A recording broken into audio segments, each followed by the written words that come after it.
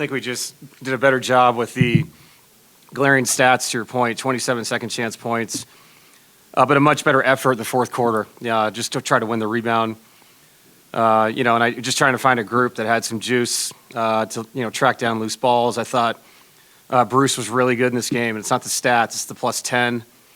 He really got into them, sped them up a little bit, which helped our defense. And then, Jamal and Tim, they're having special years, but I think they had 31 of our 38 in the fourth. So we finally got a couple guys get hot. But yeah, it was a really odd game, weird game.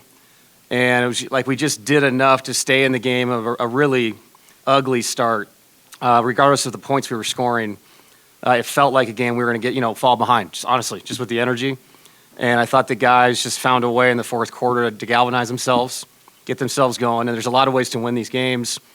And I just told them in there, and I mean it, if we lost this game, we'd remember it. We won't remember this game now because we won it. It's just part of the tally of the season. So it's just there's just certain nights where the energy's off, and you just have to find a way to stay in it long enough to win it. And that's what we did. Down 7 with about 9 minutes left. You get the ATO for Tim on that corner three. He hits another one in rhythm.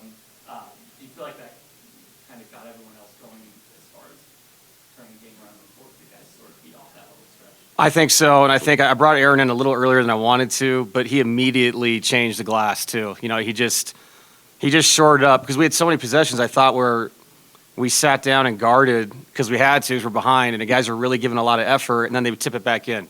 Middleton gets the end one off the glass. We just weren't physical enough, and we had talked about this is what this team does, and they did it throughout the night. So yeah, it was such an odd night. And then Jamal, he's so special, man, late game and getting the ball in his hands, letting him make decisions. So it was, did not want to play him that many minutes, but that's what the game demanded tonight. So unfortunately, it worked out for us. You know what? I thought early in the year, you miss shots and you lose, and they say you're not clutch. But I feel like we have been for like a decade, so I don't know. I feel like we were pretty clutch in the playoffs last year.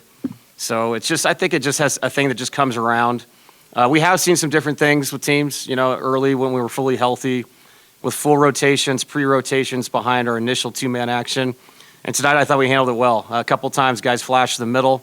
When they full rotated, they doubled Jamal, pre-rotated the next man, and we found a way to move the ball, pass the ball, and get good looks. That's all you can ask for is just getting a good shot late, especially when they put two people on your best players. You mentioned good looks, but a lot of the shots are still very tough, but these guys are putting the shot making season that you guys are putting together. When you get into that level of rhythm, what are you trying to instill with this group in terms of continuing to fight for even better looks versus just letting these guys just do it? Yeah, I think it's confidence. So, there's certain people in our league that can do things other guys can't, and Jamal's a shot maker.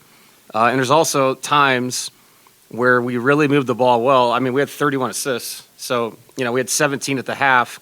When they start to switch 1 through 5, sometimes this league does become isolation-based, and that's just the way it is. And sometimes your best players just have to make plays. Aaron made an enormous three, and obviously Jamal went to work in space.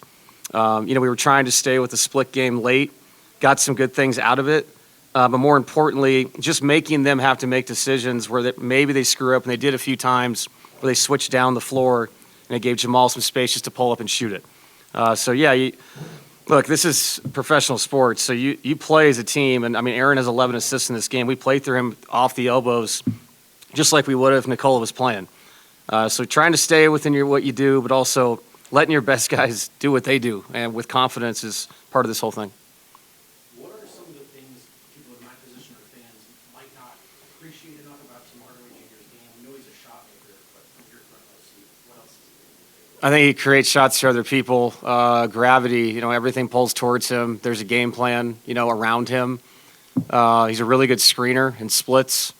A lot of those ATOs that work with him, it's not just because he's a good shooter, it's because he's got great timing. He knows when to set a screen, when to slip out, depending on the coverages. He's just a complete basketball player. And the other thing about Tim that I love is Tim knows Tim. He knows when the situation doesn't demand him to dribble. There's something about that in our league where really knowing yourself and what your limitations are in certain situations and then all the great things you can do that you've mastered. And he just stays in that lane so well. He's just been fantastic all season long. You mentioned the 11 assists for Aaron, but the screening that he did to get Jamal and him open. Can you just describe the unselfishness that he played with tonight? Yeah, it's just amazing. Aaron is just a chameleon. Every night he just kind of takes on what's needed. Tonight it was playmaking. It was the defensive rebound that no one else could get.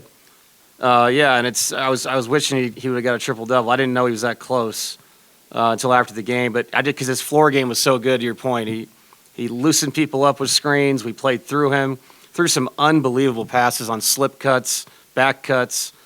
Aaron's always been special, and tonight was one of those nights. I wish I didn't have to play him so much, but Aaron. I mean, as we all know, he's been so good here in so many different ways. Yeah, I heard it was a catch, but they said it wasn't. I know. I'll be honest, really quick. Amazing game, and super happy for Denver, but I feel terrible for Bo Nix. Coming out of a game like that, that's just so classic and all time. And that call could have gone either way. Either way, they made all the plays. They make the kick to win it. And it's stuff like that in sports you hate seeing because it's not deserved after a game like that. You want the team that moves on to go with the momentum they have. So the next game is as good as that one was. So super bummed for my team, but really cool for the city of Denver. Yep.